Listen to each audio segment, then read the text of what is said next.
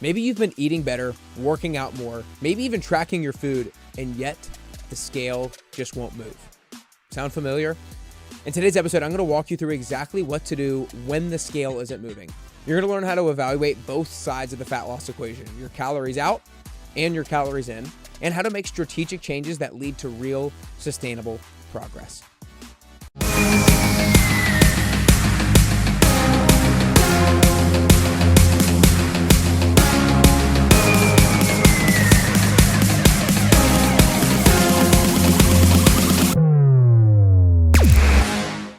All right, today's episode is going to be addressing a topic that is probably very common.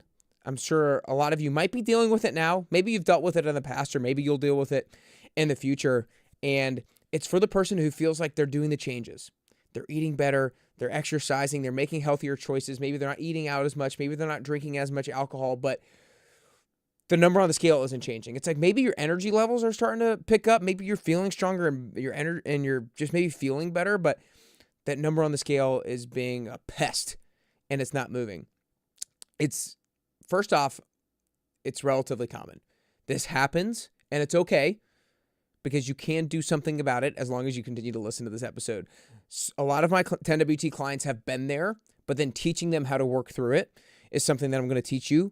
I've taught them how to do it, and I want to teach you the same ways because it's not working. It can be really frustrating. It can cause you to feel like you've lost hope, feel like you've lost belief, feel like what I'm doing is not working. Screw it. I'm going to go back to my old ways, and you're throwing in the towel, but it's not time to give up. It's time to be strategic. It's not time to be critical of yourself. It's time to be curious as to what you can do. So I'm going to be breaking down both sides of this equation. It's like, look, if you're not a calories person, maybe you don't count calories, you don't even know what a calorie is, like this episode is still going to make sense for you.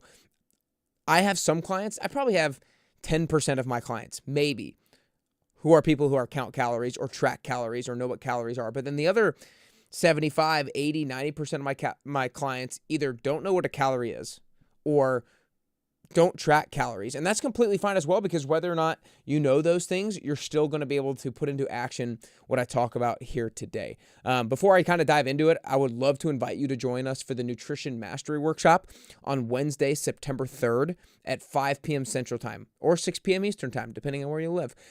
Nutrition Mastery Workshop. This is a specific nutrition mastery ladder that I go through that is essentially the sequential order of operations that I recommend for people to optimize their eating habits. So it starts off with eating real food.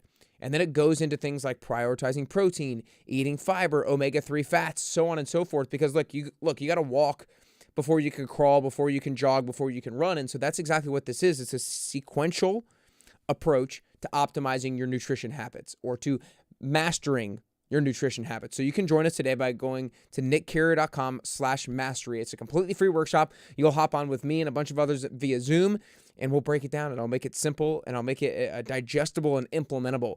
So I'm really excited. So go to nickcarrier.com/mastery. For now, let's kind of dive into this. So if this is ever an issue with a client of mine, one of the things that is important for me as a coach and important for me now as a podcaster to discuss with you is that there's this law of thermodynamics that talks about calories in and calories out. And it is basically true. If you are burning more calories than you are taking in, then you might be losing weight. Then you would probably lose weight. If you are taking in more calories than you are burning, then you will be gaining weight. If it is basically neutral, your body weight will be staying the same. However, it's not necessarily that. It might be simple to communicate, but it's not always that simple to understand, to implement, and to really get the numbers correct.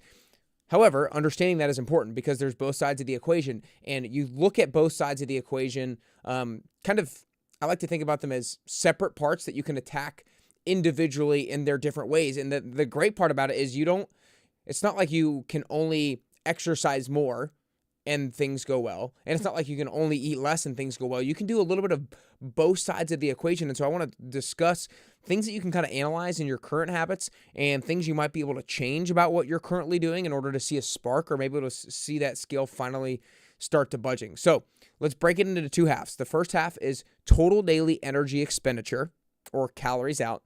And then the second half is going to be calories in. So kind of like macronutrients of protein, carbs, and fats. But for now, let's start off with the calories out, the TDEE side of the equation. The energy outside of this equation basically has 4 different components. One is your BMR, your basal metabolic rate, how many calories you're going to be burning at rest. Your second part is your NEAT, your non-exercise activity thermogenesis, the amount of calories that you burn just living your daily life outside of your planned exercise routine. The third one is called your thermic effective food. Every time you eat food, your body needs to digest, absorb it, and break it down into its usable parts for you to be able to use as energy.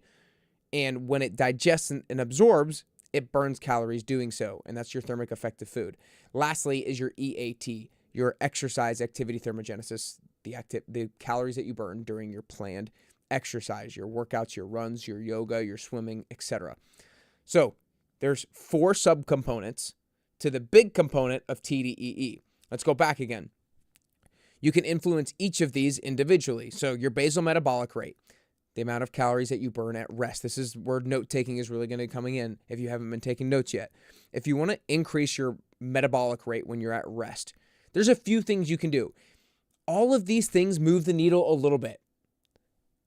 One of these is prioritizing good quality sleep.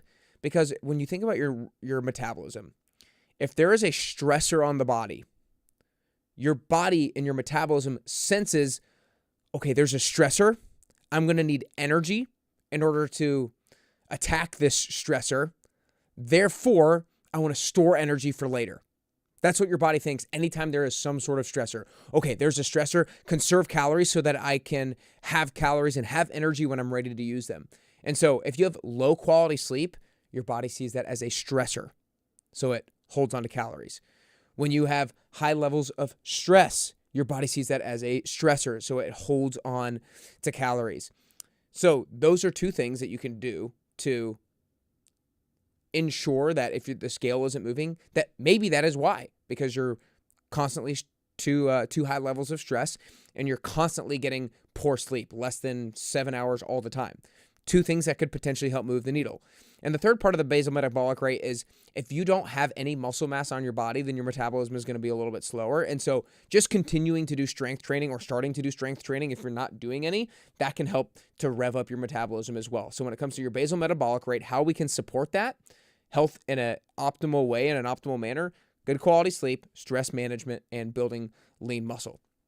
That's your BMR. The NEAT side of the equation, the non-exercise activity thermogenesis side of the equation. I try to just think of this as steps.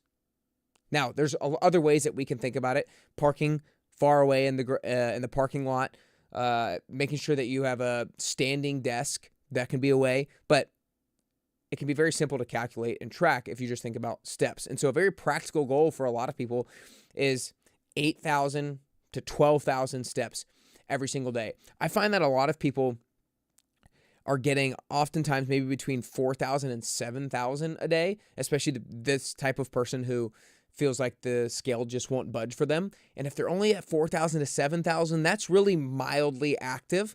And if you can increase that by an average of 2,500 or 5,000 steps a day on average, then that can really help to start to move the needle and increase your caloric expenditure. And don't think about making a huge increase over time per se. You know, maybe you're only at 2,000 steps a day. Get to 4,000.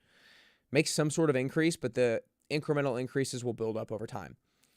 The next part was your thermic effective food. How can we increase our caloric expenditure when thinking about the thermic effective food? It's simply eating more protein. Protein has the highest thermic effective food at the rate of about 20 to 30%. What does that mean? That means if you eat 100 calories, then your body will essentially burn about 20 to 30 calories, breaking down the 100 calories of protein. That means netting out about 70 to 80 calories. So all of the macronutrients, protein, carbs, and fats, all have a certain thermic effective food, but protein is the highest. So if you want to increase the caloric burn from your thermic effective food, then you want to increase protein intake. Again, it's like just if you increase protein by a little bit compared to where you currently are, that's not going to make all the difference. But doing all of these things that I talk about, all will add up. And then the last part was your EAT, your exercise activity thermogenesis. Simply, it's just be consistent with your exercise. Consistency is greater than intensity. If you work out 5 times a week for 30 minutes, I'm going to prefer that over 2 times a week for an hour. Consistency over intensity. Stay consistent with your workouts. These are the 4 components of the exercise out part of the equation that you can focus on. And so I want you to take away, if you're listening and you're in this situation, take away 1 to 4 things and start to implement it. Start to track it. Maybe that's increasing your protein. Maybe that's prioritizing better sleep. Maybe that's stress management. Maybe that's making better consistency with your workouts. Maybe that's getting 10,000 steps a day. Pick out 1 to 3 to 4 to start doing more regularly to move that side of the equation, the calories out side of the equation. All right, part 2 is going to be the calories in side of the equation. How this works, I'm going to give a real quick overview of calories and macros just to give some sense for those of you guys who might not understand. Protein and carbohydrates, 1 gram of each of them equals 4 calories. For fat, 1 gram of fat equals 9 calories. So fat is said to be more calorically dense. That doesn't mean it's not healthy. It's just more calorically dense. So for example, if a meal, I'm going to keep it super simple on myself. If a meal had 10 grams of each, 10 grams of protein, 10 grams of fat, and 10 grams of carbs, then 10 grams of protein is 40 calories. 10 grams of carbs is 40 calories. 10 grams of fat is 90 calories. So 40 plus 40 plus 90 is 170 calories. So that's how you kind of come up with what your calories in are, is if you actually tracked those things and added them up over the course of every single meal of the day, then you would get your total calories per day. And then if you did an actual TDEE calories out equation, you could estimate what you would need to be eating to be in a caloric deficit. But that's kind of a little bit higher level than what I wanted to get into specifically for today's episode, because today's episode is probably for the person who's not really doing that, who's not really counting calories and tracking macros all that specifically, because it can be a pain in the ass. It can be something that you don't have all the bandwidth for. And so I want to give you a couple of easy things to focus on without having to count calories. The first is protein.